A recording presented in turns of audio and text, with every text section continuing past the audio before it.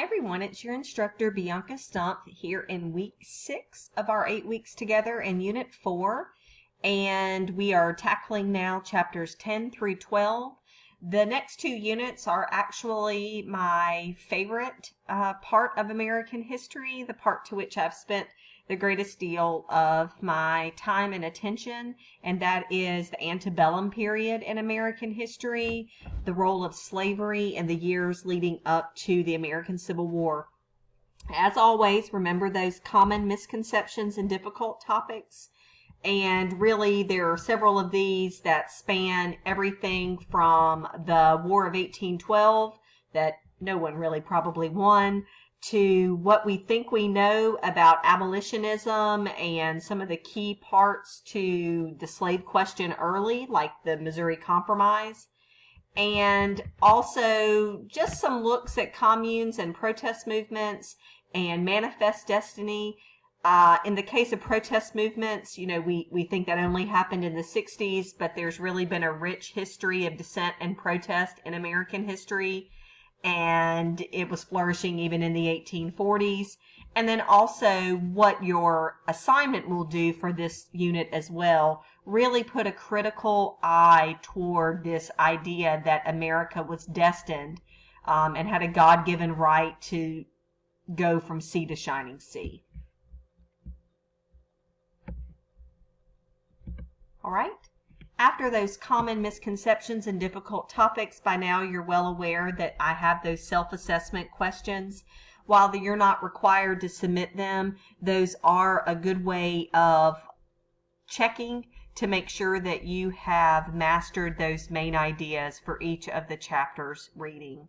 The online lectures from Professor Nagel, the Annenberg videos, and then our friend John Green. There's several of those videos, since this Unit 4, again my favorite, really does span decades of American history, really from the end of the Jeffersonian era, the sort of War of 1812 period, up until questions of manifest destiny and rising debate about the slave question.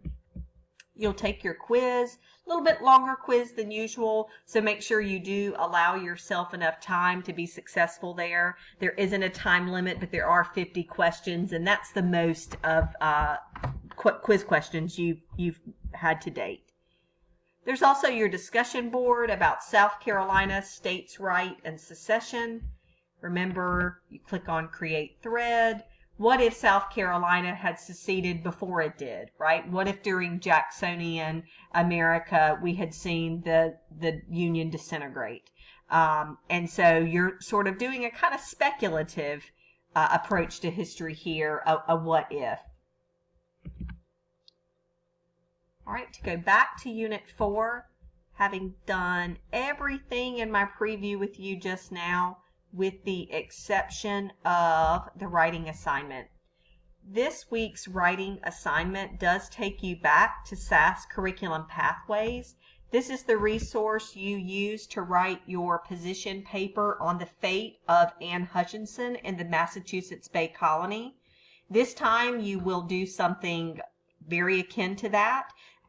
Really only the topic changes. While the website and the format and the requirement and the rubric are identical, your examination this time is on the justification or not of America's involvement in a war with Mexico from 1846 to 1848. Remember, you use those background movies as your secondary source, but you must, I can't underscore the importance of that enough, include some excerpted elements, specific language from the primary source documents. If it's been a few weeks and it's been a heck of a semester and you need to familiarize yourself again with how to use the SAS Curriculum Pathways website, remember there is a tutorial linked for you under the syllabus and text button. As always, once you've completed your minimum 2-page paper for that week, for Unit 4, you're going to go to the folder, to the link where you first found that assignment, click on it, browse, and submit that file to me. Remembering that This is the preferred format for file submission. Files that are also checked for originality with our plagiarism tool SafeAssign. This is the preference, not email attachments. This is how you get your best feedback, as you've now no doubt grown accustomed. I am including comments that you see in your work when you click on your numerical score for an item in the Grade Center. All right, so Unit 4, the only thing that yawns before you after that is Unit 5 and the final exam.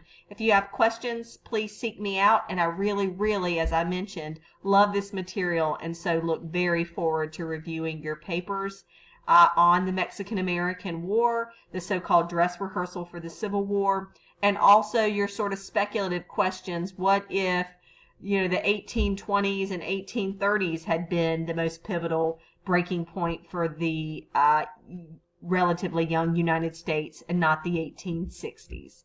Thank you.